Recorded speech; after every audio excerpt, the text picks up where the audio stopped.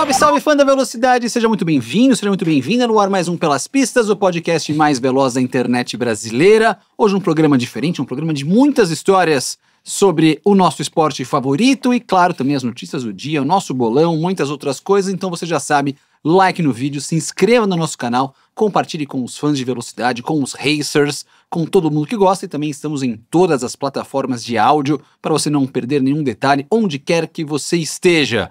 Nosso time está completo aqui do lado, mas a gente tem do meu lado aqui hoje Carlos Lua, grande jornalista, engenheiro, um cara que tem uma história gigante no nosso automobilismo.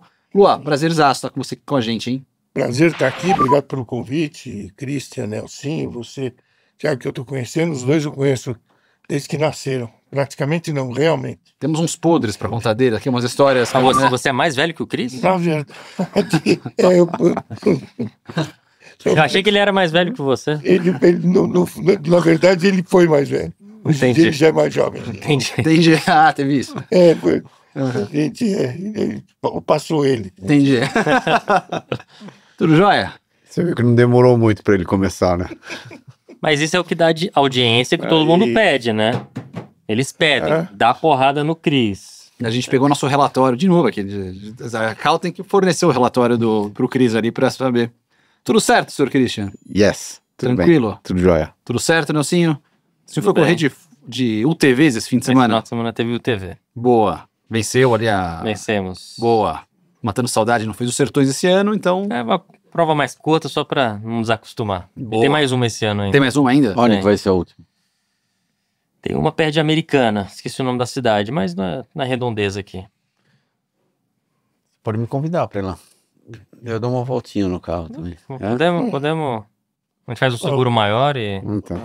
Ah, não, tem 2 bancos, você vai do meu lado. Você vai do Boa! Olha É aí. de navegador. Aê. Então, a gente pode fazer aquele teste. Só que daí a gente vai inverter, né? Ah, Você vai navegando e eu vou guiando. São 4 voltas. Você faz 2, eu faço 2. Vamos ver se a organização deixa. Boa. Uma boa. Boa.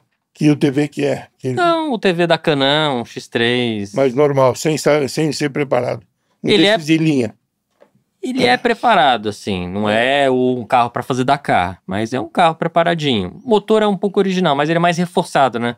O negócio, como a gente tem velocidade limite de 140 por hora, o motor não faz a diferença. O que faz diferença mesmo é você deixar o carro um pouco mais rígido, mais forte, né? Pra aguentar. Mas o câmbio é o câmbio É um câmbio CVT. CVT normal, não é? Porque agora tá todo mundo fazendo... Os novos têm 7 marchas. Tem 7 marchas, né? O último modelo, né? Que é o Maverick, da Canon. Porque o cara que faz bastante, que ganha bem isso, é um feito na Holanda, né? Não sei, assim, porque tem várias categorias, né? Na Top é um cara que faz... É um preparador. um preparador, um cara que fabrica. Ele faz o chassi. Não, aí é a categoria livre, né? É, Tipo assim, aí no é, máximo. vai os protótipos, Exato. UTVs e tal. Mas como a maioria dos UTVs são ou Canon ou Polaris, Polaris, então 95% do mercado são ou uma dessas duas marcas. E cada vez mais chegam perto dos protótipos, viu? Em algumas, Na algumas verdade, especiais, se não fosse essa limitação do centro. na verdade, a limitação é por causa disso, né? Pra É não chegar porque senão os UTVs chegam na frente dos carros, daqueles Sim, os Audis, lá. todos aqueles bugs gigantes, né, os Toyota, isso e aquilo. Então eles limitaram a velocidade, porque senão o cara já, eu vou andar de UTV, que anda muito mais do que esses carros e custa 1/3 do preço, entendeu? Esse feito na Holanda, ele tem motor de 3 cilindros. Esse motor do Volkswagen, 3 cilindros, turbo. Motor com 120 cavalos, assim, não é? Esses Não, esses nossos tem 200. tem tudo isso. Vocês não estão falando lá do Tom Coronel, né? Não. Esses são os irmãos, né? São- Isso, Os exatamente. dois São os irmãos. carequinhas lá. Exatamente. Eles, mas não são eles que fazem, não. Tá. Eles Chama só, Taurus. eles só aceleram. Eles só- Taurus. Taurus, Carro, chama sim, já carro. vou falar. É bonitinho. Quer dizer, todos eles têm. Sim. Mas esse aí com câmbio borboleta, né? Esse aí, Não, que a Red Bull é um livre da Red Bull? Tinha um que também tinha livre do Red Bull, que corria aquela menina, não sei o que. Esse aí ganharam de novo, ganharam Dakar, ganharam... Ganhar tudo. e É porque o Dakar agora separa, né? Tem os SSVs É, Challenger, Challenger e é, troca isso, as categorias. Mas é um negócio bacana, é um negócio que cada vez mais, né? Tá, isso daí. É que o custo-benefício do TV é muito bom, muito entendeu? bom. O carro anda muito, É um carro pequeno, menor e... todo mundo procura velocidade com custo-benefício e o TV é muito legal. E acostuma, né, com aquele negócio dele andar todo E ele girado, tem um curso né? de suspensão muito maior do que carro. Então, ele passa pelos buracos, pelas valetas. E a suspensão E a suspensão trabalha com 40 milímetros. é muita coisa. Não, 40 desculpa, centímetros. 40 centímetros. É. Enquanto Você o carro é 20 ou 30, eu acho. 40 centímetros. É muita um coisa. troço desse tamanho, assim. Enfim, continuando Tá aí. preparando aí, Cris, pra acelerar então. E tem a Vamos, né? categoria Vamos. sênior Opa. também, né? Tem várias. Tem a Pro 45, tem várias. Não vou deixar ele na sênior, não, porque ele é metido a piloto, então ele vai na graduados mesmo. Bora lá, falamos aqui de UTVs, então um pouco mais desse bastidor aqui, claro, do Nelsinho competindo. Mas, Lua, você é um cara que tá nesse meio há bastante tempo aqui já. Como começou a tua relação com a Fórmula 1? Com automobilismo, vai? Automobilismo, vamos falar em O geral, porque não é só Fórmula 1. automobilismo começou coisa de paixão, né? Paixão é uma coisa que a gente não explica e que muda a vida da gente em uma porção de lugares, né? Muda nas amizades, nos amores, nos negócios, né? Paixão é um negócio que a gente consegue transformar qualquer coisa em um troço totalmente novo, indescritível, né? Bom, paixão, eu comecei a ir para Interlagos, meu pai me levava para assistir 1000 milhas, né? Quem começou a fazer foi o Meu avô. seu avô. E tem uma história até engraçada, e depois eu conto na sequência. Então, meu pai me levava com 6, 7 anos de idade, eu ia assistir Chegada das 1000 milhas, né? 1000 milhas largava sempre à meia-noite. E chegava meio-dia, mais ou menos, que demorava 12 horas, e a gente ia de manhã para Interlagos ver carro de corrida. E a gente gostava de ver carro de corrida, porque torcia para os DKV, meu pai tinha um DKV, e uma perua Vemaguete, né? Depois virou Vemaguete. E a gente ia para Interlagos, e a gente começou a gostar. Meu pai, por acaso, levava o carro numa concessionária, que não era bem uma concessionária, era uma oficina especializada de DKV, e quem trabalhava nessa oficina era o Ciro Caires, que era um dos pilotos da época, um dos que corria naqueles antigos Fórmula 1, ele tinha uma Maserati 250F, aquele carro de 56, 57, até era bastante novo, né? E não tinha mais o motor Maserati, que era um motor 6 cilindros em linha, botava um motor Corvette V8 americano, então todo o automobilismo brasileiro nessa época era muito disso, né? Chassis antigos com esses motores novos. A gente começou a ir em corrida e gostar. E por acaso eu conheci um amigo meu que estudava, mais moço do que eu, 1 ano, mas estudava na mesma escola. E um dia ele apareceu com o capacete do pai dele no recreio. Então, fui lá, o capacete, não sei o que, bacana. Ele é filho do Piero Gancia. Piero Nossa. Gancia, Mundo pequeno. o Carlos Gancia, estudamos junto. Então, eu saí da arquibancada para dentro do box rapidamente. Então, não tive aquele processo de ser o torcedor de arquibancada. A gente sempre já foi participando do negócio, o que acostumou mal a gente, né? Porque Sim. uma vez que você faz isso, você não consegue mais ir numa arquibancada, sentar e assistir uma corrida. Você quer estar lá no meio, você quer escutar, você quer bater papo, você quer saber das coisas. Naquele automobilismo ainda, começo do automobilismo aqui, né, brasileiro, com a indústria automobilística nacional começando, as tentativas de protótipos feitos, né? Não sei de onde, até que chegou o Ricardo Dívila e começou a fazer uns protótipos um pouco mais, né, up to date, né, uns protótipos. Mas o Ricardo sempre desenhou muito bem. E por acaso depois eu estudei com o Ricardo na faculdade. Quer dizer, a gente estudava mais ou menos na mesma época, tínhamos umas classes juntos até na FEI, lá em São Bernardo. E foi engraçado que a gente começou a ir nessas corridas, ia nas corridas, no box da equipe Alfa, né, do Piero, do Emílio Zambello, e a gente começou a conhecer todo mundo, sabe? Conhecia as pessoas, batia papo, e foi ficando dentro desse mundo aí que a gente adorava, né? Então a gente não ia para corrida, a gente ia para o boxe. Então teve muita gente que falou assim, você gosta de boxe? Eu falei, não, você não está entendendo, nós vamos para os pits, para os lugares dos boxes onde arruma os carros. A gente ia muito para as corridas, em todas, ia 25 horas de Interlagos, 24 horas de Interlagos, 1000 milhas. A gente punha a gente, você imagina que eles punham da equipe, põe a gente distribuído no meio da pista, na antiga pista de Interlagos, um traçado antigo, ferradura, mato, né?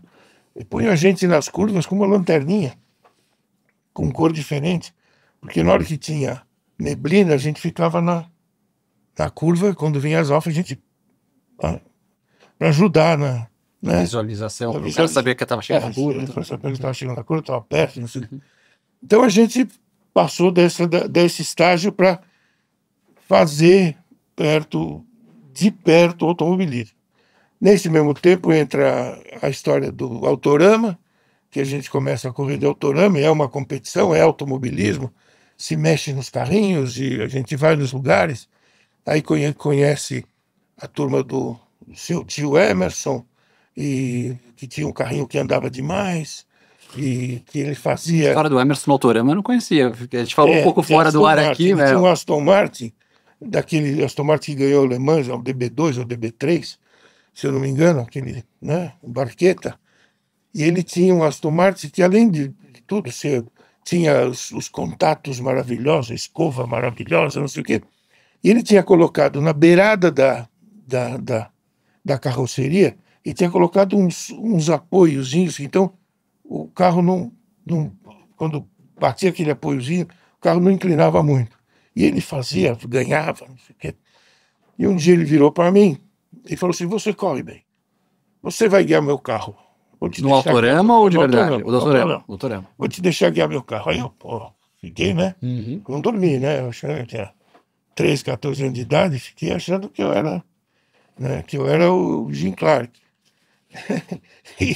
e aí conhece né, com o Carlos sempre junto, né?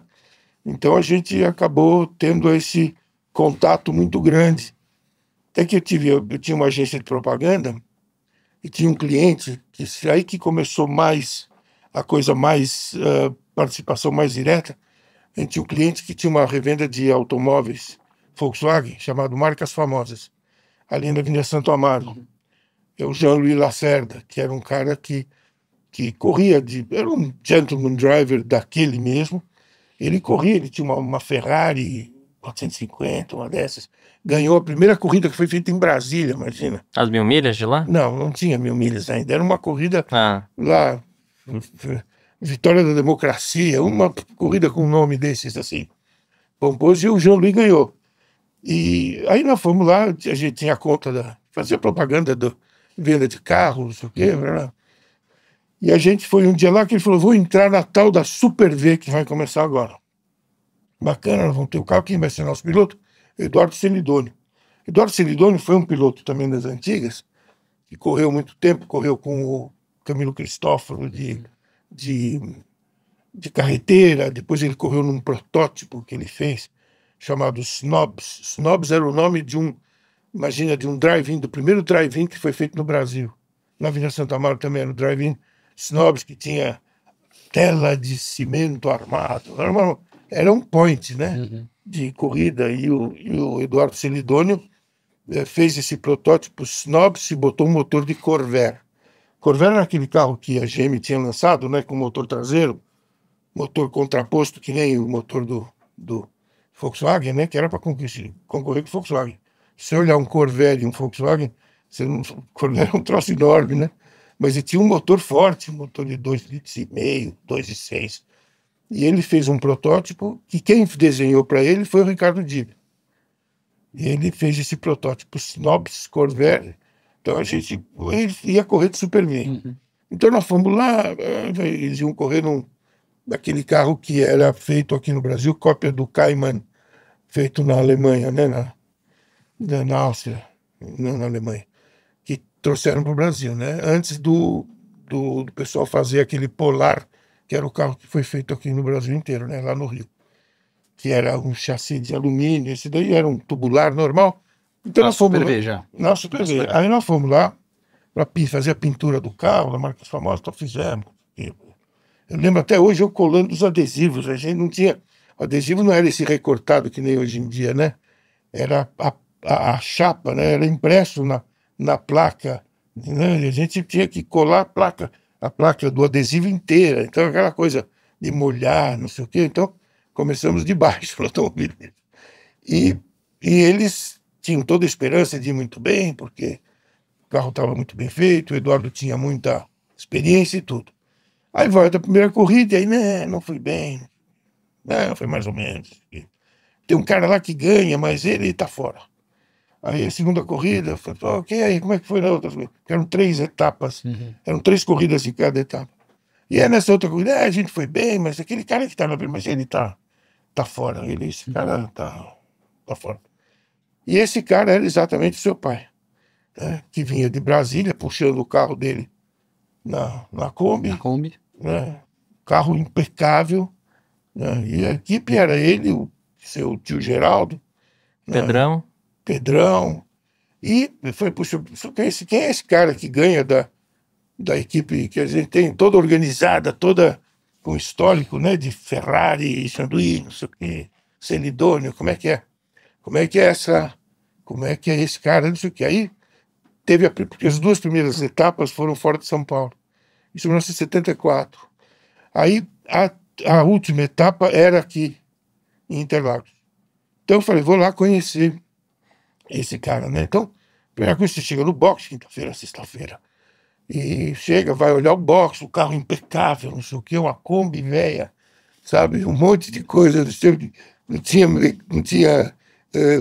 mecânico tudo uniformizado, tudo era um troço bem raiz, super assim. Eu falei, vou conhecer esse cara. Só que esse cara, justamente naquela corrida, não veio porque tinha morrido o pai dele. O Dr. Estácio tinha morrido naquela época, naqueles dias, e ele ficou em Brasília, não, naturalmente, né? E não foi. Eu acabei não conhecendo esse cara. Mas tinha um amigo meu, outro amigo meu, filho o Peter Schultzwenk. O pai dele, o Bob Schultzwenk, foi o cara que trouxe a Volkswagen para o Brasil. Ele veio da Alemanha com a determinação de fundar a Volkswagen no Brasil. Apoio da Alemanha, naturalmente. Arranjaram alguns sócios brasileiros e tudo. E fizeram a Volkswagen. Era um escritóriozinho no Ipiranga e passaram de lá para fazer aquela fábrica que a gente vê até hoje, os tijolinhos, lá na Anchieta. E o Peta começou a correr de Super V também. E foi correr justamente na equipe onde corria o Nelson, que era o Peter Schultzwenk, o Biju Rangel e o Nelson, que puxava a fila, né?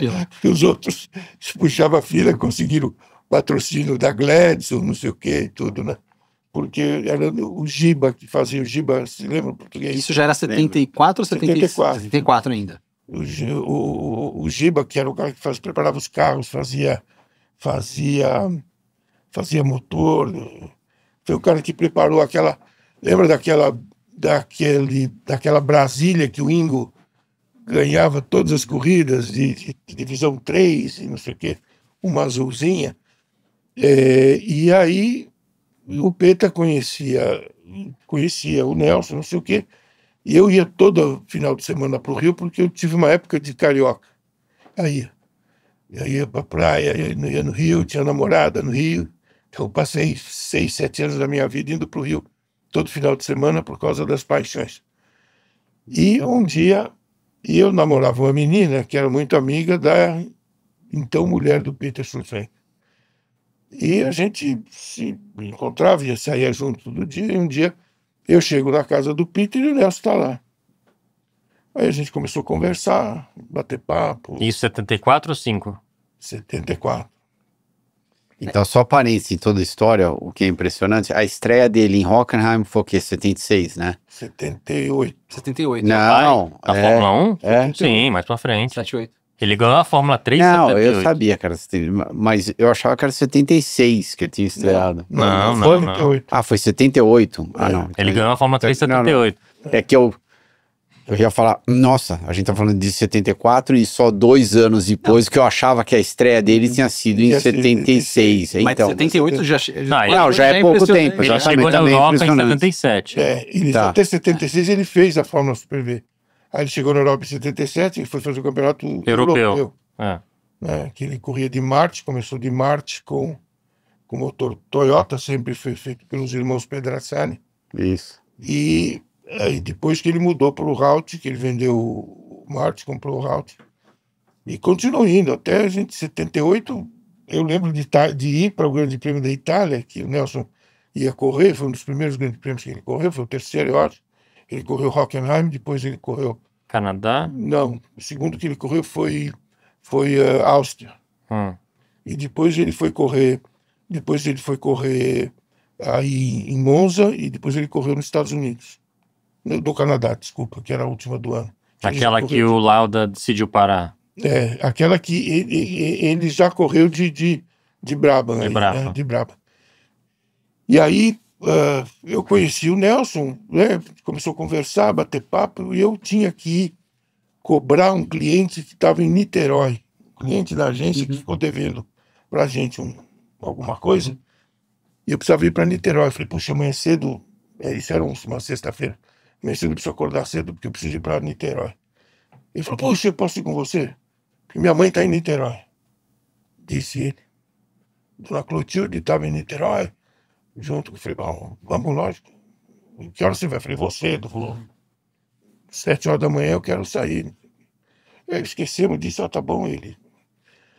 E eu fui junto com o Peta, com as respectivas namoradas, fomos para a noite. Naquela época tinha muita história de ir em boate, né? Não sei como a gente aguentou. Um lugar fechado, cheio de fumaça, sabe? Cigarro, bebido. Já fomos jovens. Tendo que escutar aquelas músicas insuportáveis, repetitivas, aquele bum, bum, bum, bum. E Isso foi ontem. foi Pra mim. Aí nós chegamos, quando eu fui deixar o Peta e a mulher dele em casa, 3:30 da manhã, em cima da janela, o Nelson. Eu acordei mais cedo porque eu não queria me atrasar. Até hoje é assim. Ele sempre teve esse negócio de não atrasar. Agoniado com o horário. Você sabe que em 78 a gente estava na Inglaterra e o Emerson ligou para ele falando que você está indo muito bem, não sei o quê, você vai ganhar o campeonato, não sei o quê. Vamos conversar, por que você não vem correr, né? Você não vem fazer os testes no Copersucar, né? Para você tem acesso a uma porção de patrocinadores. Naquela época tinha a Brastemp e a Arno, que a gente tinha conseguido por causa de outro amigo, do Edu Silva Prado, porque o pai dele Jogava tênis junto. Jogava tênis junto. O pai dele era advogado dessas empresas e a gente conseguiu o primeiro patrocínio, eu lembro, foi $30 mil para ir para o Nelson em 77, para a Europa. Nós fomos abrir uma conta no Banespa e a gente era sócio, fomos abrir uma conta. Banespa não patrocinou. E fomos abrir uma conta. Mas aí com o Nelson, eu fui com o Nelson para Niterói no dia seguinte, cobrar esse cliente. E o Nelson tem aquele jeitão dele, quieto, calado, assim, o Nelson, sabe? Você olha para ele, tinha um cabelão na época, o cara era aterrorizante, né? Intimidador, assim. Intimidador. Falei, ótimo que ele vai chegar lá pro cara, o cara ficou, não sei o que, vamos pagar, não sei o que. Deu uns cheques lá na hora, o Nelson dentro do carro, mas ele olhava, o Nelson assim, sabe, com aquele olhar fixo. E aí, daí a gente ficou amigo e começamos a jogar tênis, não sei o que. Ele foi para a Europa, a gente conseguiu aí com esse pessoal, esses patrocinadores, né, que deram para cobrir o ano, davam para cobrir o ano. E aí foi toda a história que seguiu. E aí, mas o Emerson chamou ele para ir conversar. Então ele pegou o endereço do Emerson, aquela coisa, sem GPS, sem Waze, sem nada, né? Todas aquelas coisas. Isso na Europa. Isso na Inglaterra. Isso naquela coisa. Ele morava perto em Weybridge. E aí fica em Walton-on-Thames, na verdade, era a cidade onde Nelson morava. E a Fittipaldi era longe. Em Reading. Em Reading. É. Então o que o Nelson fez? Marcaram às 10 horas da manhã. Tipo, para ele, não sei se é 10 ou 11, ele vai poder confirmar isso depois. Que era para ele. Então o que ele fez? Ele acordou cedinho, pegou o carro, cronometrou, foi até o lugar da reunião, voltou para casa. Só para marcar o tempo, para não chegar atrasado. Voltando na história dele ser agoniado com esse negócio de tempo, né? E aí a gente já conhecia todo mundo. O Wilsinho corria o Wilsinho, o seu pai, eu conhecia de Interlagos antes, né? Porque ele corria com os Gantia, ele correu de Alfa, ele correu de um Fiat 600, Abarth, ele correu. Então a gente conhecia toda essa turma, né? Fomos no lançamento do Copersucar e não sei o que, sabe? Era tudo uma grande família, era todo mundo, e se todo mundo se não só se gostava, se ajudava, né? Não tinha essa coisa, não posso falar, não digo. Não sei Muito mais corporativo igual é hoje. Hoje em dia tem muita coisa que virou, tem que seguir aquela regra, né? Você vê esse negócio saindo do assunto, mas esse negócio dos papaya rules é uma bobagem, né? Parece que você tem que seguir um algoritmo. Se você estiver em terceiro e o outro não estiver pior do que quinto, então você A deixa passar, B não deixa passar. Você acaba regulando uma coisa que é irregulável, né? Perdeu o acaso no negócio e perdeu essa coisa, sensibilidade, picardia de cada um. Mas aí, sabe, foi isso, seguindo o Emerson, desde que foi para a Europa. Primeiro Fórmula 3 que o Greco fez, né? Que seu pai começou a correr de Fórmula 3 no Sul-Americano e tudo, que era um carro que era completamente diferente dos outros, era um carro muito mais pesado, muito mais... Mas foi todo esse começo. Então é bacana você ter vivido tudo isso e ter participado e ter esses amigos de automobilismo que são amigos para sempre. Você não sabe, encontrar o Emerson é oi, oi, oi, como se fosse, sabe, ontem. Nelson nem se fala, mas todos esses antigos, o Wilson, quando ele ainda era vivo, a gente se encontrava que se conhecia sabe, de conversar, de piloto DKV, sabe? De falar não era nem Vermaguete ainda, era piloto DKV. Depois que virou Vermaguete. Então hoje o automobilismo acaba dando para você essa coisa de você participar disso daí diretamente, né? Os amigos, o pessoal de Limeira, você conhece bem o Tite Catapani. O Tite Catapani, que tinha uma lolinha que corria, ganhava corrida e todo animado. Quer dizer, todos eles, aqui eu vou acabar o Birte Clemente, sabe? Eu ia na casa do Birte para conversar de borracha, sabe? Porque a gente, vamos dizer, sempre com corrida de kart, né? O Valtinho, o Travalhinho, o Valtinho era um amigo direto que ele fez fábrica de kart, aquele kart Cox, não sei o quê, ele e os primos dele, né? Os dois Jafone. Eu encontro, para mim, o Afonsinho, irmão do Zequinha, são os pais, né? O Zequinha tem filho, o Zeca e o Felipe, né? Mas para mim o Zequinha é o pai, e o Afonsinho é o irmão do Zequinha, sabe? Não tem o Afonsinho que foi correr lá fora, nem nada. Então, são amigos de sempre, né? A gente conversou muita história, né? A gente gostava de automobilismo e tênis. Tênis eu gosto também, depois a gente fala tênis, sobre... a gente veio o Rod Laver veio para o Brasil, e nós fomos encontrar o Rod Laver. Tinha um restaurante, bar na 9 de julho, quando a 9 de julho vira 4 pistas, que era do Ludovino. Nossa. E a gente ia lá, me chamava Deck, ó. É isso mesmo. Deck. Então a gente ia lá para ouvir a história do Rod Laver. O Rod Laver contando história, a gente babando, não sei o quê. Então toda essa turma, sabe? Ian Duarte, Totó Porto, Rodolfo Olival Costa, Chico Lameirão, toda essa turma, sabe? Jean Balder, né? O Jean você conhece bem, o Jean é um cara que até hoje faz rally náutico, ele tem mania de... Então, o automobilismo acabou. Fui estudar engenharia, talvez um pouco influenciado, lógico, por essa história de automóvel, que quando você é jovem, você sonha e você quer... Eu queria ter uma fábrica de automóvel, por isso que eu fui estudar engenharia, sabe? Não tem nada mais longe, distante do sonho do que a realidade de ter uma fábrica de automóvel. Ter uma fábrica de automóvel, eu precisaria ter nascido chinês, né? E entender de eletricidade para poder fazer carro hoje. Você traçou um paralelo agora em relação ao carro elétrico, essas coisas todas aqui. Como que você vê hoje a diferença do esporte hoje pro esporte na época que você começou? O que você... Dá para traçar algum paralelo? Tem coisa igual? É outro universo? É outro mundo? É daqui para Marte? Como que você vê isso? Eu acho que é muito diferente. Tem sempre aquela história da competição, tá inerente, né? Que é um troço muito presente, são todos competitivos ao extremo, né? Passa tempo ou não, eles sentam no carro, não fazem... Eles não querem fazer concessão nenhuma, né? Eles vão mostrar que eles são o que eles aprenderam a viver.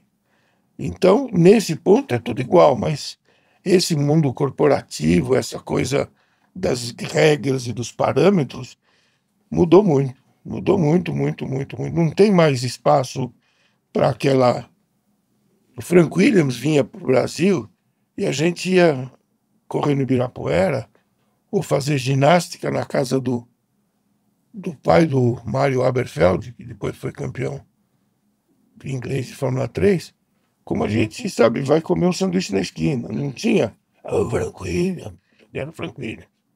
Sabe, era o outro cara, porque era Frank Williams, que era amigo do Elcinho, que é amigo do... Não tinha essa coisa assim, né? De idolatrar. Tão grande, né? Que a gente... Mas isso é muito porque o esporte não era tão grande comercialmente. Aliás, comercialmente era muito pouco, né? Era muito... Era mais uma coisa por paixão, né? Não tinha uma coisa tão comercial por volta. Quem estava envolvido no esporte naquela época, seja um mecânico, seja um assistente, você começou com um amigo, eram pessoas que amavam. Hoje em dia... Se o cara não for contratado, não tinha... Não, hoje em dia, vou dizer que tô falando de tudo, do mecânico ao motorista, ao cozinheiro. 30% tá lá, na minha opinião... Pelo salário. Pelo salário. Nossa. Não é uma paixão. É um cara que, às vezes, a empresa de RH... tem uma vaga aqui, você ali que é bom de cozinha, você não quer... Tem um emprego aqui que vai te dar tanto. Bom. Você vai acompanhar a Fórmula 1. Tá bom. Whatever. Tipo assim, né? Hoje em dia tem isso. Naquela época, era 100% pessoas que amavam aquilo. Cozinheiro não sabia nem cozinhar, né? Nisso daí, mudou muito. Mais perto aqui. E depois, principalmente por causa da história... Aí, muito mais recentemente, esse efeito Drive to Survive mudou muito, né? Trouxe para dentro, arrebanhou uma nova casta, vamos dizer, que começa a gostar do automobilismo por isso que eles representam agora. Sai de fora velocidade, sai de fora segundo, milésimo de segundo, décimo de milésimo, aceleração lateral com tantos Gs, e entra quantas curtidas, quantas, sabe, coisas aconteceram, teve de conversão, então entrou num mundo completamente diferente. E muita gente não se adapta a isso, né? Ou não se adaptou a isso. Nelsinho é um cara que sempre, desde o começo, fez muito bem esse negócio de mídia social. Desde o começo. Até hoje, né? Ele fica... Até hoje ele dorme com esse negócio. Mas ele começou, ele... É verdade, quando começou o Twitter aqui, ele foi um dos primeiros que... Então ele soube aproveitar bem isso daí. Ele está dando para esse lado que chegou mais recentemente ao automobilismo, o Drive to Survivors, que chegaram no automobilismo por esse glamour. Você vê o exemplo, você vê no número de audiência. Você vê as audiências. A audiência do último grande prêmio de Monza foi só 300 mil pessoas a menos do que a audiência da NASCAR. Nos Estados Unidos. Nos Estados Unidos. 300 mil pessoas só. A diferença era de 15 milhões para 300 mil. Chegou muito perto. Né? A audiência da Índia aumentou. A NASCAR é um exemplo. A NASCAR no Brasil não tinha. Depois, de repente, começou na ESPN. Aí na ESPN foi indo. Primeiro o Edgar na Manchete. Edgar na Manchete um pouco, depois vocês, depois o Sérgio Lago. O Speed. No Speed, não sei o quê. Foi. De repente, esse ano, no início do ano, sumiu a NASCAR. Sumiu. Não tinha mais. Você tinha que tentar acessar uma Sport TV de Portugal para ver se você conseguia assistir. De repente, hoje em dia, tem a ESPN fazendo. A tal da PIC TV. Que na PIC TV são 4 que fazem. Acho que até mais, hein? Porque Mas no mínimo 4, mas tem o Sérgio Lago, sim. O pessoal do Rede TV. Rede TV, o Grande Prêmio, o Motorsport e o outro lá. Tem o Pancho também, um colega meu também tem. Tem um monte de gente que está transmitindo. Então tem, e agora começou... Tem a X Sports também. E tem também no YouTube. Então, porque a NASCAR viu que estava perdendo o jogo feio. Então liberou para uma porção de gente E a audiência da NASCAR, voltando até um parênteses aqui, bate hoje a Indy. Bate a Indy. Na ESPN, a gente tem números parecidos, assim. Porque a Indy tem uma raiz brasileira muito melhor. Agora, a corrida da NASCAR tem uma... que é um pouco como o futebol americano. É aquele espetáculo que você não precisa estar lá o tempo inteiro. Corrida de Fórmula 1, corrida de GT, de protótipo, WEC, o que seja. Se você perder uma volta, 2 voltas, você não sabe bem o que está acontecendo. O cara parou no box, o outro não parou. Mas NASCAR, toda hora que você volta, é parecido. Você consegue acompanhar, como o futebol americano, que tem as jogadas e o intervalo, o tempo, né, que se demora para pegar a bola, botar no lugar, começar de novo. Tudo isso daí é o esporte que não é assistido só presencialmente, é assistido uma convivência, né? A pessoa está fazendo um churrasco, então pode assistir um pouco, pode ir, ele não se perde. No momento agudo para e vê. Ele não se perde. Então, e a NASCAR tem o problema maior da NASCAR, é a concorrência exatamente com o futebol, né?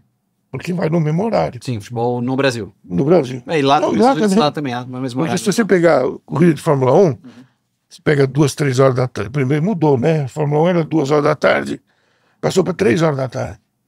Para poder não ficar muito cedo na costa leste americana. Então o sujeito pega... E minimizar a costa oeste.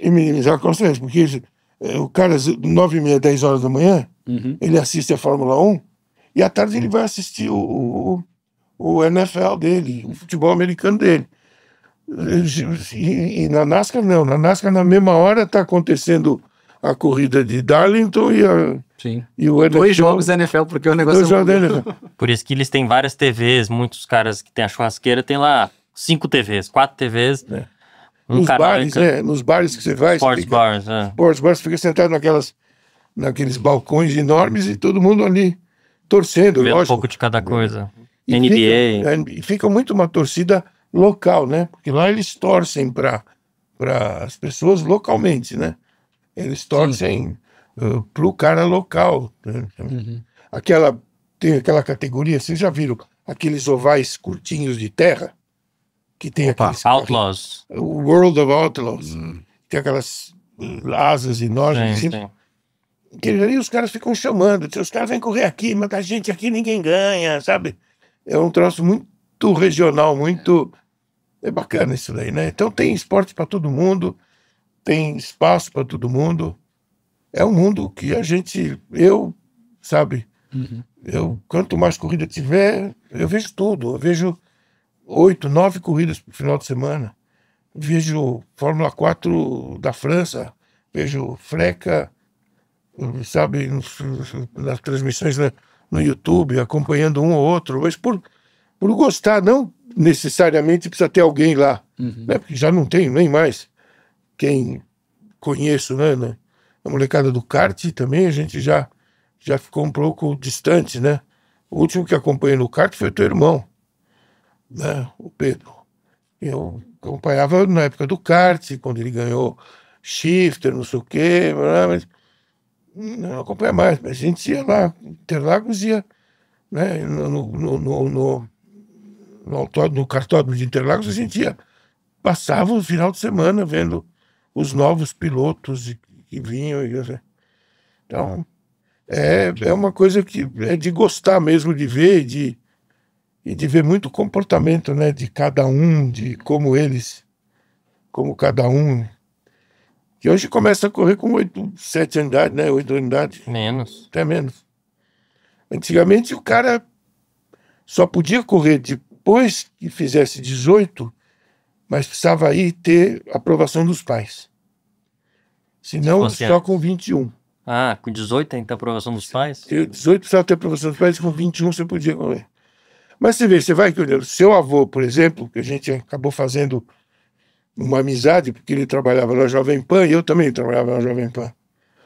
Eu fazia um programa, depois do jogo de futebol, tinha um programa feito pelo Stevenson Girardi, chamava Show de Rádio. Depois acabava a jornada e vinha esse programa. Era um programa que o San Girardi escrevia e fazia diferentes personagens de futebol. Ele fazia, como ele era São Paulino, ele fazia o personagem do São Paulo, tinha um mordomo do São Paulino, que era todo sofisticado, tinha a torcida do Palmeiras, que ele mesmo fazia a velha Noninha, e eu fazia o comendador Fumagalli, que era o filho da Noninha, que torcia para o Palmeiras naturalmente, tinha os torcedores do Corinthians, do Santos, e assim por diante. Então a gente vivia na Jovem Pan.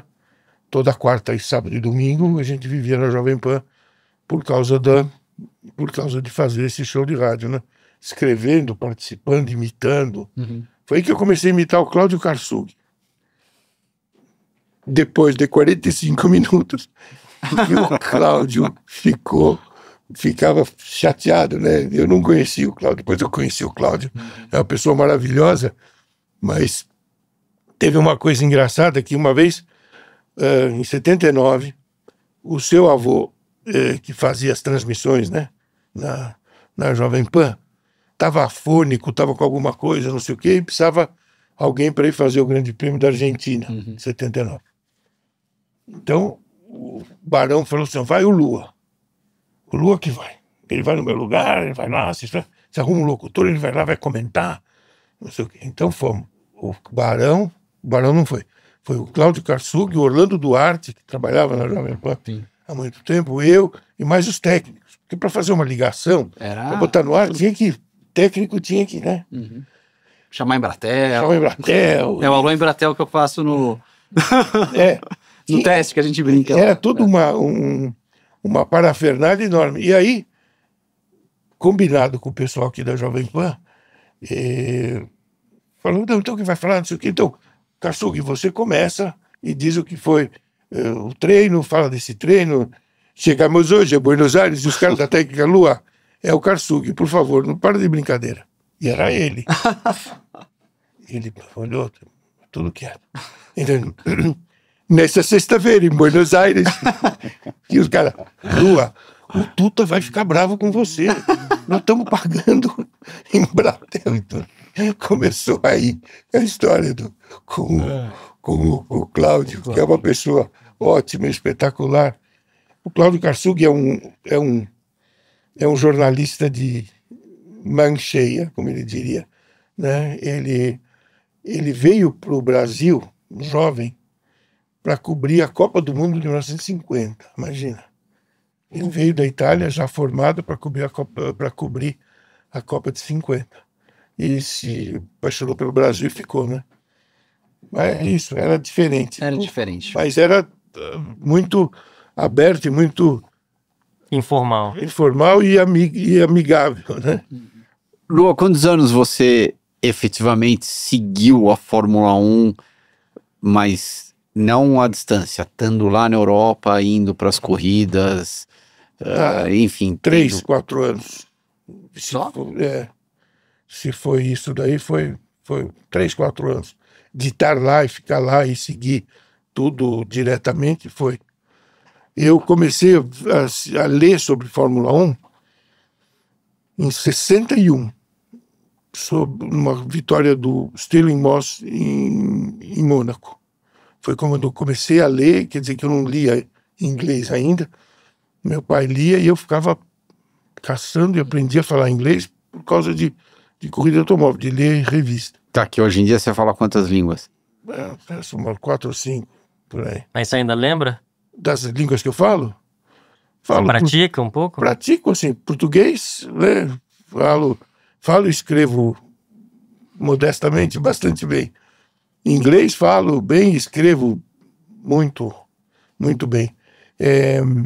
Francês eu falo com sotaque, nem sempre com uma gramática muito perfeita, mas quando eu falo, o cara fala, você é da onde? Da França.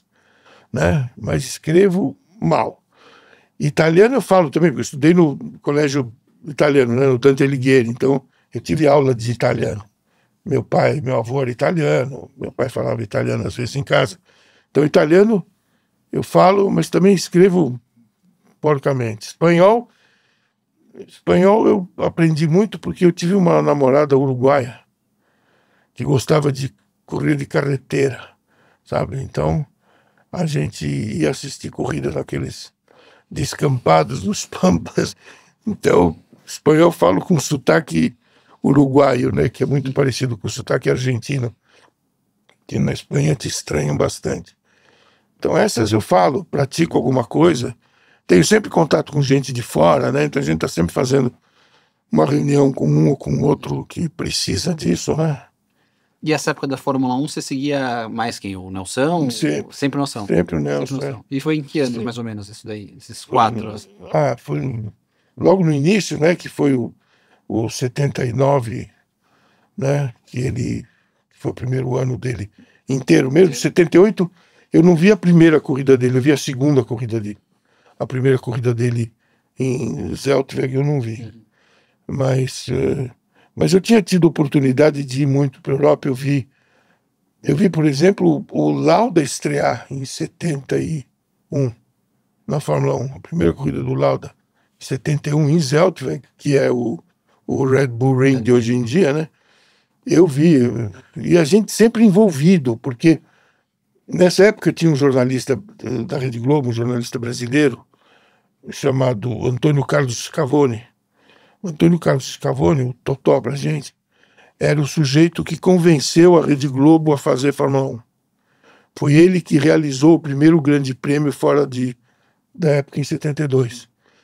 E quando a gente foi uma vez para a Europa em 71, que era para ver o primeiro grande prêmio que eu vi ao vivo, o Grande Prêmio da França, de 71, em Paul Ricard, que foi o primeiro grande prêmio em Paul Ricard. Que você estava lá. Que eu estava lá. Foi o primeiro grande prêmio que eu assisti ao vivo.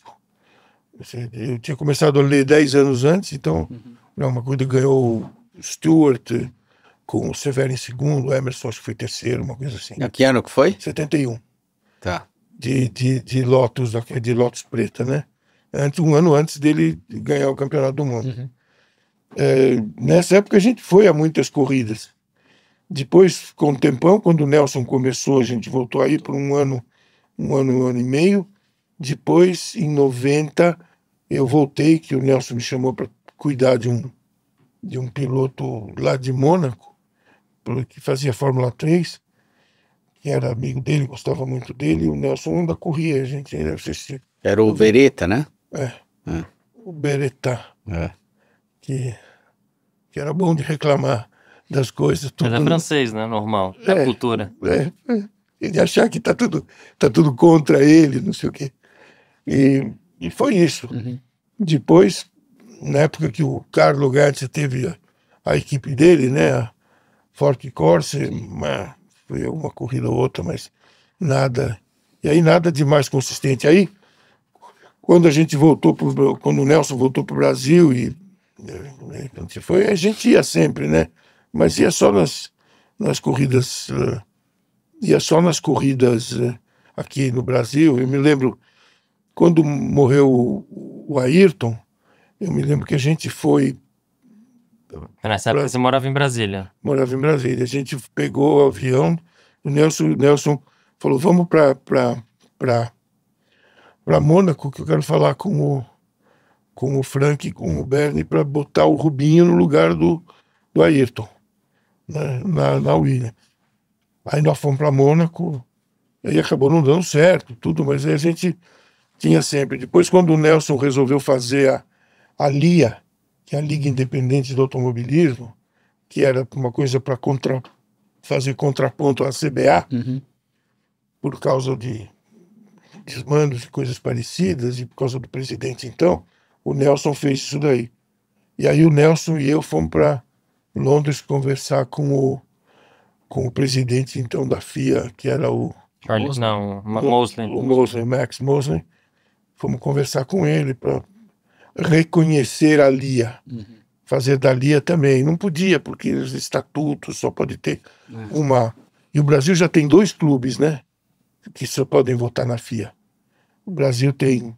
Que FIA, todo mundo fica falando. Federação Internacional do Automobilismo. Não é, gente. É Federação Internacional do Automóvel. Do automóvel.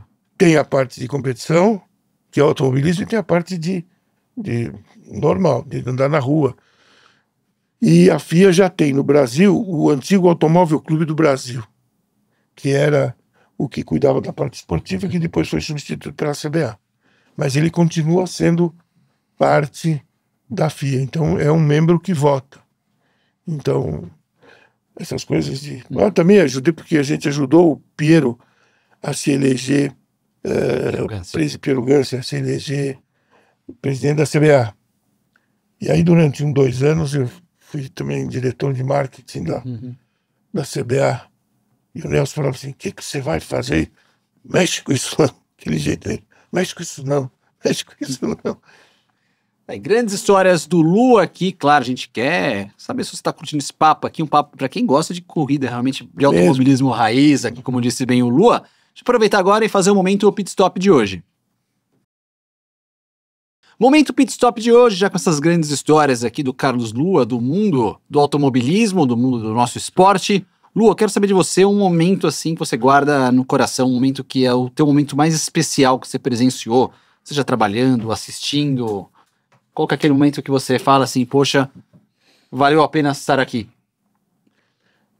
Eu acho que foi, sem dúvida, a vitória primeira do Nelson em Long Beach.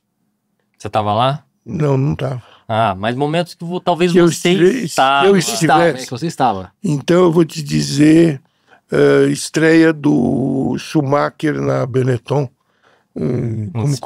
como companheiro do Nelson em Monza. Ele já tinha feito Spa ainda era o Roberto Moreno, aí o Roberto Moreno saiu e entrou o Schumacher. Conta, talvez, acho que além disso aí, acho que o pessoal tem curiosidade. Como foi esse momento aí da primeira corrida do Schumacher? Performance dele?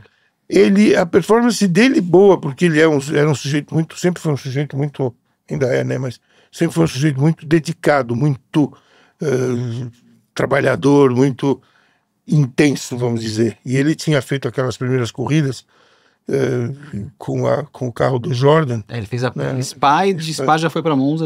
Monza ele já correu na Benetton. E ele chegou, o Nelson, fazendo, se eu não me engano, 200 grandes prêmios, era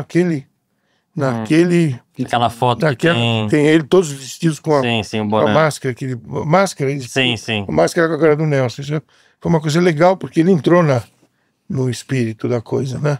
Que respeitava demais o Nelson como piloto que tinha feito até então e tudo. E a Benetton era uma equipe que, pelo que ela fez, ela mudou muito da Fórmula 1, né? Ela saiu de ser uma equipe de um sujeito que tinha inventado um jeito de vender roupa, porque todo mundo, quando faz uma camisa, faz um tecido, tinge o tecido, o fio, e depois faz o tecido, né? Então ele tinge fio por fio, né? Tinge todos os fios e tece para ficar um tecido da cor cinza, amarelo, preto, que for. E o Benetton, o seu Benetton, foi o cara que inventou fazer primeiro a peça de roupa num fio sem cor, cru, e aí tingir. Então essa foi a grande sacada dele. Ele fazia tudo branco E lógico que era melhor, porque você planejava melhor, né? Se vendia muita roupa amarela, cor-de-rosa, Você azul. fazia na hora as cores, você não precisava adivinhar quanto você ia fazer de cada um. Foi daí que veio United Colors of Benetton? Foi. E como ele fez isso aí, depois ele veio com essa ideia de patrocinar a equipe, mas de ser ele a equipe para poder trazer patrocinadores. Aí ele fez a equipe, patrocinadores, e convidou para tomar conta aquela figura que a gente conhece, O teu brother, né? o teu brother, Então. que era um pizzaiolo da cidade deles, uma cidade de Cuneo. Ele era um pizzaiolo, um daqueles, sabe daqueles que vai comer hoje? Temos hoje, sabe? Vai de marguerita, vai não sei. Era um sujeito bom de lábia, que não entendia nada de automobilismo, naquela época. Hoje em dia, acho que ele desaprendeu, mas em todo caso, então ele convidou esse cara para ser o gerente, que era o gerente para fazer o gerente das lojas deles, da Benetton, nos Estados Unidos, onde eles estavam entrando com o conceito do United Colors. Pô, mas ele começou tão cedo, não aprendeu a falar inglês? Você vê que coisa. Yes, sir, but I want... Mas se fosse assim, tava bom, mas nem isso ele fala. Então a Benetton tinha essa aura, né, de uma coisa completamente nova. Meio que foi a Red Bull quando surgiu também, assim, proporcionalmente A falando. Red Bull, vamos dizer, guardadas as proporções, copiou, né? Tá. Só que o cara da Red Bull, o Mateschitz, o velho Mateschitz, era um cara brilhante, né? Como era o Benetton também. Era um cara brilhante. E fez tudo o que fez, né?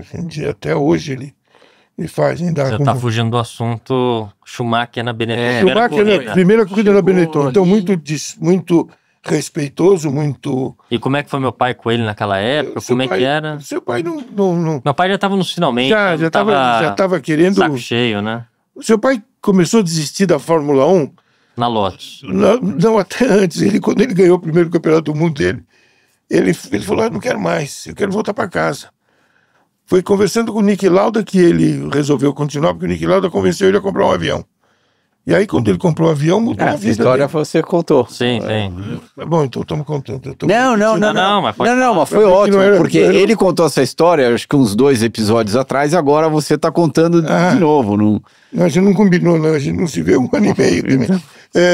Então, o Nelson já, sabe, o Schumacher veio com toda aquela coisa. O Nelson, lógico, tinha ficado chateado por causa do Moreno, né? Mas meu pai tinha tentado ajudar o Moreno e o Moreno não Tinha. quis muito ouvir O ele, né? problema é que o Moreno é um cara muito legal e tudo, mas é um cabeça dura, testa dura. E o Nelson falava, faz isso. Deve ser coisa de aquilo. Brasília, que meu pai também é, né? Pra ver, eles andaram juntos muito tempo. O chaveirinho, que nele chamava o Moreno, né? Porque era tão pequenininho, tão magrinho, Moreno, que passava do banco da frente do Fusca pro banco de trás, pelo vão da porta e do banco. E tão Mentira. magro que ele era. Pode perguntar, essa história é verdadeira. Não era pelo meio, era pela Ele lateral. passava pela lateral, de tão Nossa. magro que ele era, o chaveirinho. Mas ele sempre teve as ideias dele, vou fazer as coisas. Então, o Nelson dizia para ele, faz assim, vem na minha que você passa de ano, né? Setup, isso. Setup, tudo. E ele queria inventar. Ah, meu pai sempre fala que ele tentou ajudar, ele achava que meu pai tava tentando ferrar ele. Agora, seu pai ajudou ele sempre desde o início, né? Sim, desde Brasília, né? Desde Brasília e depois, quando chegou O Moreno é de Brasília. Moreno é de Brasília. É do Rio também, mas é de Brasília. Tá. E ele, quando ele foi para a Inglaterra correr de Fórmula Ford, ele não falava inglês, o Moreno. E um dos grandes auges do dia, ainda o Nelson correndo de Fórmula 3, 78, um dos auges do dia da semana era ir comer no McDonald's, porque era a comida dos deuses, né? Perto do que se Fish fazia. and chips? Fish and chips. E uma vez chega o Moreno todo esbaforido, falei, eu consegui entrar, porque na Inglaterra fecha tudo. E tinha fechado o McDonald's também. O Moreno tinha ficado lá de fora. E ele conseguiu convencer o cara sem falar inglês a entrar e deixar o Moreno comer com a gente. Então o Nelson mesmo assim, perdeu parceiro da mesma cidade, o conterrâneo dele, para ter o Schumacher, aceitou dentro desse espírito que Nelson falou, de já tá meio, né, Cansado. assim, na Fórmula 1, não sei o que, pra lá, não sei o que, então. Mas foi bem, porque o Schumacher foi bem no treino, depois na corrida foi menos bem, eu não lembro direito como é que foi, mas era um clima de muita festa pro Nelson. E o Schumacher chegava. Depois eu fiquei sabendo, por outras pessoas, que nesse dia tinha uma outra pessoa que você deve conhecer, aquele sujeito que cuidava da alimentação do Ayrton, que fazia massagem, não sei o quê, que ele se chama, como é o nome dele? É um austríaco, baixinho. Meio loirinho. Isso. Não, eu lembro dele, mas eu não lembro do nome dele. Exatamente. Eu tô visualizando ele na minha frente, mas eu esqueci o nome Aqui dele. tem Joseph. Exatamente. Joseph Joseph alguma coisa, isso. O Joseph, que na época cuidava dos pilotos da McLaren, que eram o Ayrton e o Prost, né? Cuidava escondido do Schumacher. Cuidava escondido assim, levava para o Schumacher muesli. Joseph Leberer. Era o Prost ou era o Berger? Berger, então. Não, acho que era o Berger. 91. Não, 91 era o Berger. Era o Berger. Então ele cuidava ele fazia muesli para o Schumacher. O Schumacher, ele levava escondido no box, né? E ele sempre me contou assim, que ela foi para o Schumacher, aquele foi o auge ele ser parceiro do Nelson, apesar de ele fazer aquela cara de rockstar, né, dele. Quem? O Schumacher, né? Mas foi uma coisa tranquila. Dessa vez foi aí que a gente fez muita coisa, que eu comecei a escrever muita coisa desse dia, essas coisas, sabe? O Nelson, ele chegou perto de ir pra Ferrari em 92? Não. Era mais papo do que efetivamente? Era mais papo, acho. Não teve assim uma coisa. Não teve, porque o Nelson já estava mesmo, sabe? Porque o Nelson sempre, como ele gostou sempre de desenvolver, quando ele foi. Aquela história da Pirelli, da entrada da Pirelli, que aí tinha as duas, né? Tinha Pirelli E Goodyear. Ele gostou muito daquele negócio dele desenvolver os Pirelli, né? Ele foi na África do Sul, É. os primeiros testes lá. É. Aí ele pediu pra Michelin deixar uns pneus com ele. Deixou os pneus que ele tinha corrido de Michelin e os caras, imagina, deixaram, né? Então ele desenvolveu, e o Pirelli ganharam corrida, né? Ganharam 2, 3 grandes prêmios. 84, isso. Por aí. Ah. Eles ganharam tudo. E foi um troço muito, sabe, foi significativo. Porque o Nelson mais uma vez mostrou que ele tinha esse dom do desenvolvimento. Aquele negócio os motores da BMW é espetacular, né? Porque eram motores 4 cilindros tirados da linha de montagem. Eles foram na linha de montagem para tiraram 20 motores só. Esses 20 motores aguentaram o tempo inteiro. Quer dizer, um troço. Hoje em dia não dá mais para fazer isso, né? Não tem como. Não tem como. Difícil realmente, mas se você precisar de peça pro seu motor, pro seu carro, você sabe, o melhor lugar é a rede Pitstop. Pitstop, que tem toda a comodidade que você pode comprar no site, na loja ou por WhatsApp. Poxa vida. Por isso que eu sempre falo que peça é na Pitstop. Então tem tudo. Tem filtro, tem amortecedor, O tem. que você precisar. Tem. Fiz uma revisão no meu carro esses dias, comprei tudo na Pitstop. Peça é na Pitstop, a maior rede de autopeças do Brasil. Peça na loja, pelo WhatsApp ou site. Pitstop! De volta depois do nosso momento Pitstop de hoje, lembrando que nós temos os nossos prêmios para os membros do canal. E vou te contar uma coisa, meu caro Benoni Sandri.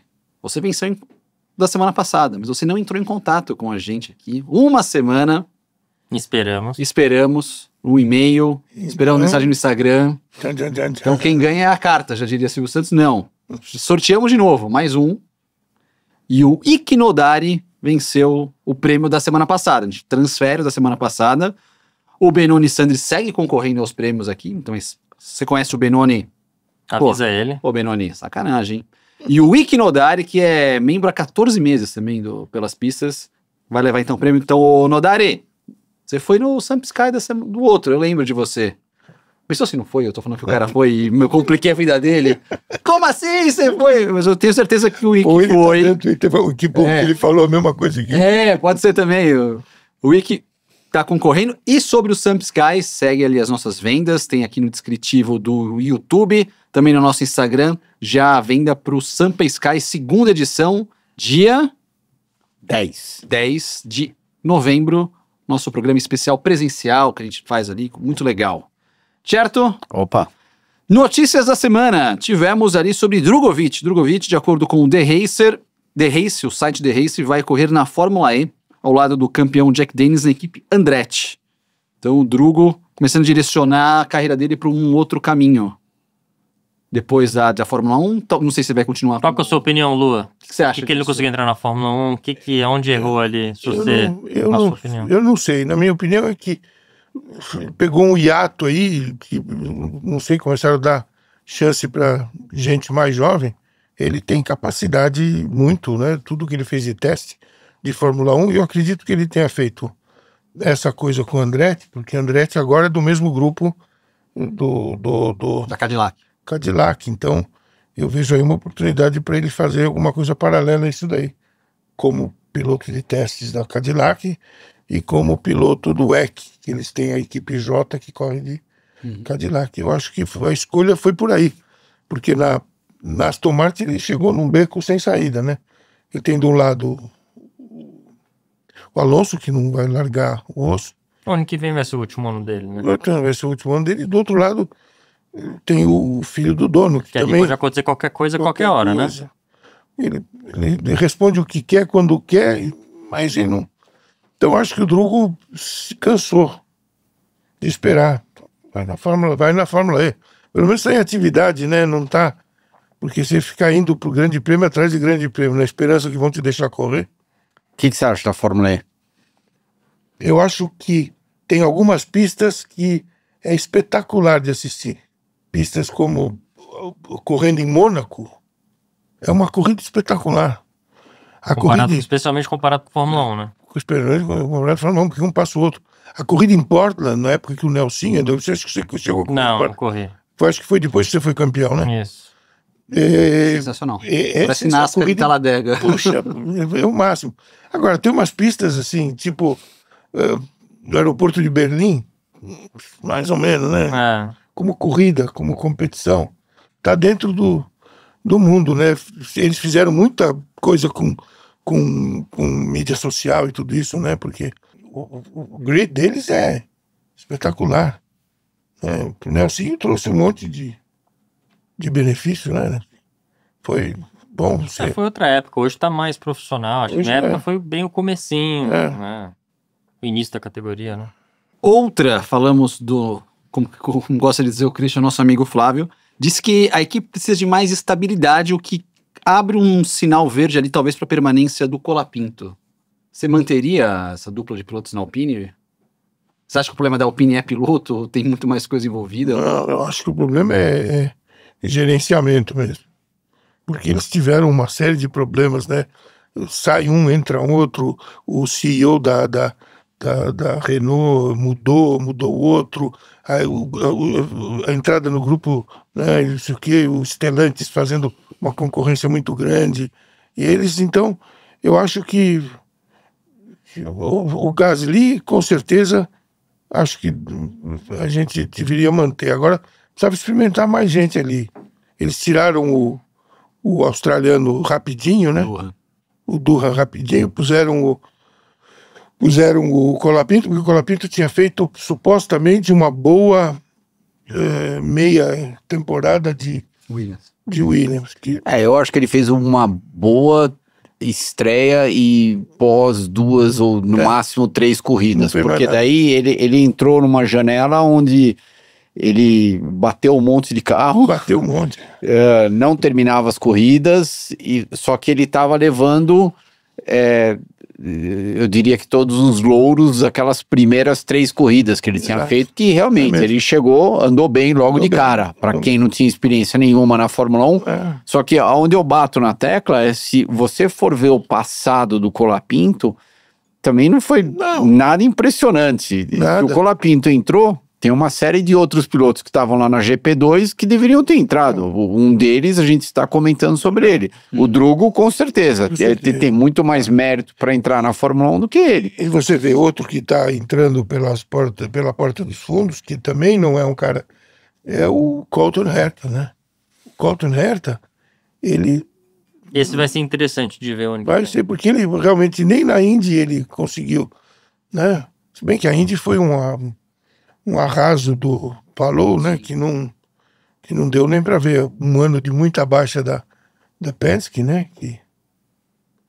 Mas a Penske, na NASCAR, classificou só um carro, né? Para a próxima. Então, mas...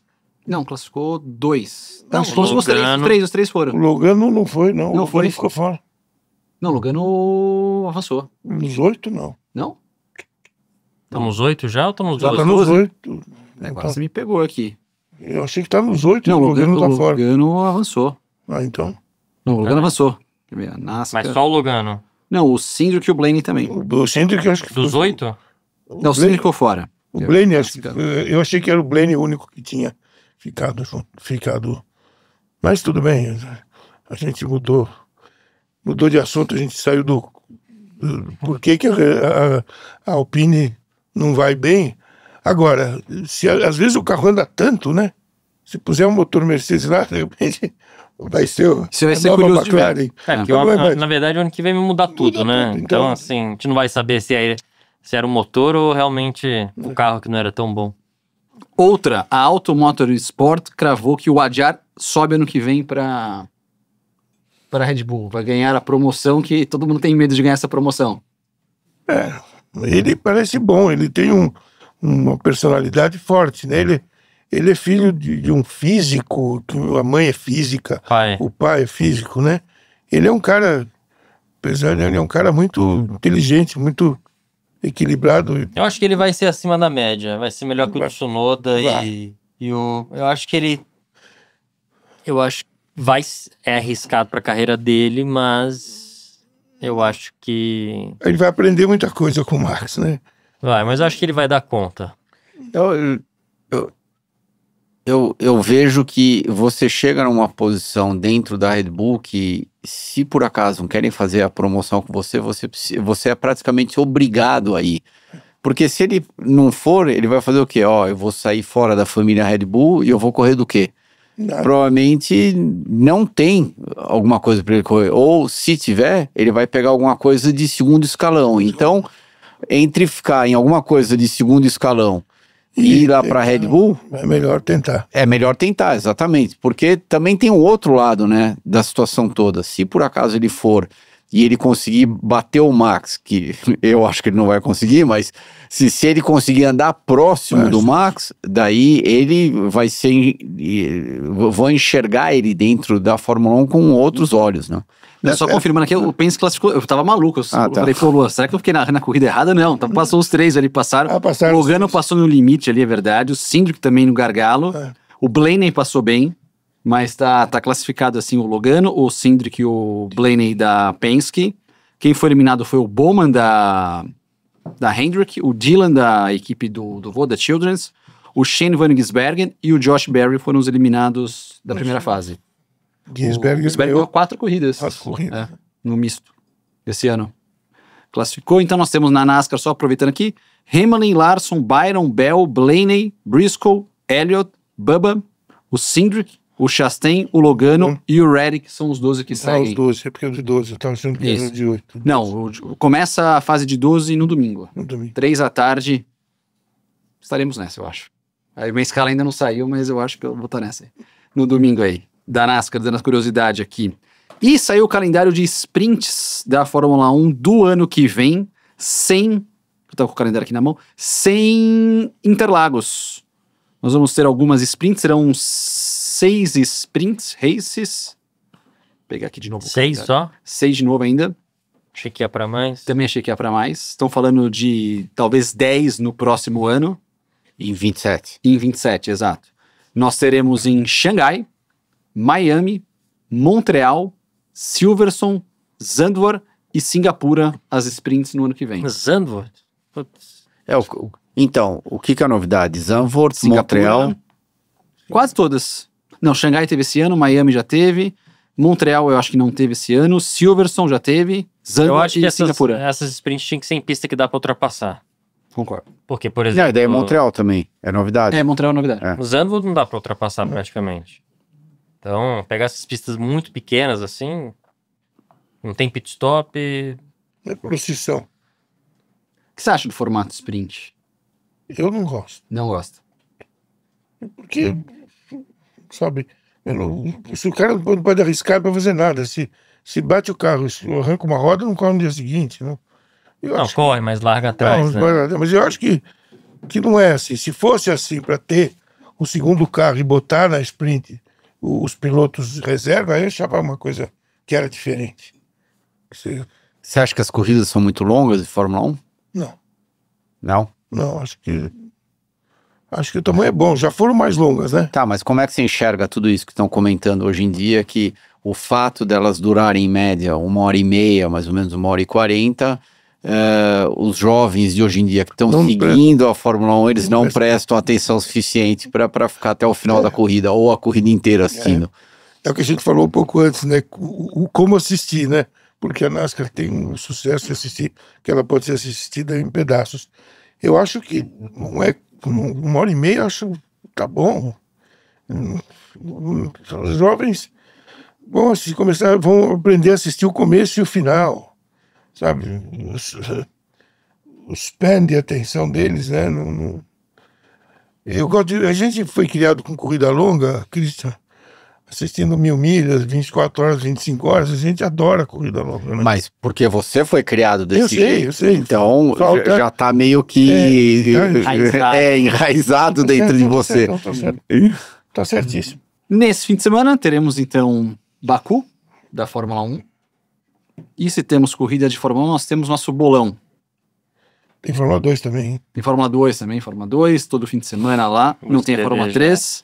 Nelson não vai dar os palpites. Lua, você vai ter a primazia de escolher a posição aleatória do nosso bolão aqui, que é entre 4º a 20º. Nosso bolão, a gente escolhe pole, pódio e a posição aleatória. Tá bom. Eu chego a ficar com o 12º. 12º. É. 12º, lembrando que enquanto o Christian pensa e o Nelsinho escreve, o Christian 12º. tem 11 pontos, 111 pontos, o Nelsinho tem 109 pontos, eu tenho 99 pontos, já embutido aqui naquela reta de Baku, já abri a asa ali pra... 12º. Você já escreveu o seu? Já, só tenho só no 12º que ainda aqui não. 12º. E o voto é secreto? Vocês vão... Não, é porque senão o Christian copia a gente, entendeu? Ah, Porque eu escrevo no roteiro, o Nelson Eu me mando manda, mensagem pra ele, aí a gente deixa ele falar primeiro. Tá. Tá fácil. Beleza. Então Pronto. Aí o Chris começa. Isso começa. Aí, vamos ver. Meu, é muito criativo. Nossa, eu surpreendi, hein? Vai. Pode ir? Pode. Max, Piastri, Lando. E o aleatório? O aleatório... Vai, pra gabaritar, vai. O aleatório. 12º. Peraí, o aleatório... Tranquilo. Sainz. Coisa diferente aqui. O Nelsinho foi basicamente a mesma coisa, tirando... Foi Max, Piastri e Lando. E o aleatório foi o Lance Stroll em 12º. Ó, o meu já é diferente, é que eu tive que arriscar um pouco aqui, mas... Você arriscou. Não arrisquei tanto assim, mas ó... Pole Max, Piastri, Max, Russell... Aquela reta pra Mercedes vai... Vai igual de Monza, Vai. Percebi. E... É igual de Las Vegas ano passado. E Alonso, 12º. Acho que a Aston Martin vai dar uma... Vai dar uma... Não sei, essas longas retas não é... Então tá aí. Quer participar, Lua? Quer palpitar? Bom, você pode Palpite. chutar. É. Eu vou de aleatório 12º Lawson, Tá. Liam Lawson. Eu vou palpite. de Bom palpite. pole, eu acho que eu vou de Leclerc, Bom palpite. porque se eles tirarem as asas todas da Ferrari antes que quebre o motor,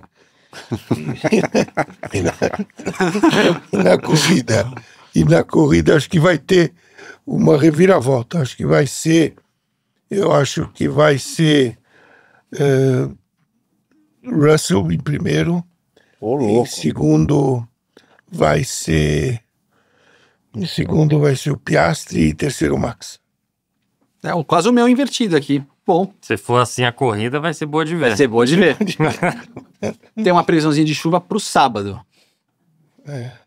Não pro domingo. Domingo é tempo seco. Lua, melhor piloto de todos os tempos da Fórmula 1. Jim Clark correu um monte de carro diferente. Correu muito pouco, né? Fórmula 1 ele correu bastante pouco. Ele tem uma porcentagem de vitória Muito alta. muito alta. E ele corria de tudo, né? Ele corria de Fórmula 2, corria de turismo. Então, é um cara que, na época dele, o Fangio foi um cara também muito bom, né? Mas o Fangio ficou melhor, em melhores carros, né? Ele viu um tempão na Mercedes, que era tudo. Mas até aí a gente pode dizer que o Mario Andretti também acelerava tudo. Mario Andretti também acelerava tudo. Tudo. Qualquer coisa que Qualquer jogava, coisa, carrinho de rolemã, vambora, tá valendo. Vale Stirling Moss, a gente falou antes, Stirling Moss, que também corria de tudo, corria até de rally, né? Naquela época era normal você correr de várias coisas. Era normal você correr de qualquer O coisa. Jim morreu numa prova de Fórmula 2. Fórmula 2 em Hockenheim. Mas eu acho que ele era o cara mais... tem um cara que pouca gente dá importância, que eu acho que é um cara que a gente sempre esquece de lembrar dele. Esquece de lembrar, é bonito. O Jack Brabham. Jack Brabham começou a correr, fez carro, ganhou o campeonato com o carro dele. É um cara que a gente esquece mesmo dele. Mas tem alguns campeões que a gente meio que esquece, né? Villeneuve, como campeão do mundo, sempre foi menos assim representativo. Meu pai, outro dia, ele falou do Villeneuve. Ele achou que o Villeneuve... Villeneuve filho, Era- tô falando. O Jacques. Tô falando do Gilles. pai. O Gilles. Do pai não, o Gilles era... Não, o pai, o filho foi campeão. Não, o filho foi campeão, mas o pai nunca foi campeão. Nunca foi campeão. Sim, mas aí meu pai fala, eu achava o cara um pouco overrated. Ele era muito doido, arriscava muito. Se eu não me falha a memória, seu pai foi assistir uma corrida em Montreal. Pode ter sido em Montreal, não na pista lá, não, em Toronto. Ele foi assistir uma corrida que o Villeneuve corria ainda, tinha antes de ir O filho ou o pai? o pai, Ah. antes de ir para a Fórmula, era Fórmula América, ou coisa assim. Tinha um Fórmula nos Estados Unidos, e todo mundo falava já dele. E o Carlo Gantz estava junto com o Nelson nesse dia, e lembra do Nelson falar assim, eu ganho desse cara fácil, do Gilles Villeneuve. Porque todo mundo falava dele. Onde que é aquela que tem no final, tem aquele pórtico, parece o Arco do Triunfo? Mosport. Mosport Park, aquele ali. No Canadá? No Canadá é Mosport. Que você antigamente passava no meio, e agora você faz uma curva antes, é Mosport. Então eu acho que era Mosport. Tem um arco, uma ponte, um arco, daí vira direita, Isso. esquerda e daí termina a volta. Um arco como se fosse assim, o Arco do Triunfo, Isso, mais ou menos, isso. só que mais estreitinho. Chegava antes ali. Foi lá que o Nelson foi assistir com o Gantz, com o Carlo Gantz, uma corrida, e falou isso do Não tinha achado nada demais. do Gilles Villeneuve. Gilles. Olha, Lu, a gente vai ter que te trazer de novo aqui, porque acho que tem um monte de outras histórias. A gente Nós parou nem em 80 e alguma paramos em coisa. 80 e pouco aqui. Que nem quando a gente fez com o programa com o Raul Boesio, É. que a gente não chegou nem na fase de indie dele aqui.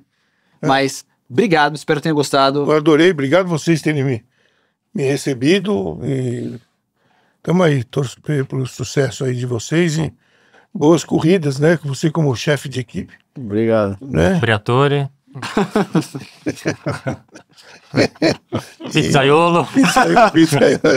A cor do cabelo do Cris tá parecida com a do Flávio quando começou, né? Meio grisalha, assim. Precisa começar a usar óculos azul, né? Já fica a dica semana que vem, hein, Já produção? tem umas coisas do Flávio também para contar. Uma vez dele no barco, no Pilar Rossi, mas depois eu conto. A gente conta próximo. A gente vai gravar daqui a pouco o segundo programa com você. Fechou. Um abraço. Obrigado mesmo, Luan. Tchau. Valeu, meninos. Obrigado. Valeu, Valeu. gente. Até mais. Obrigado, turma. Espero que tenham curtido. Esse foi o Pelas Pistas. Até semana que vem com mais.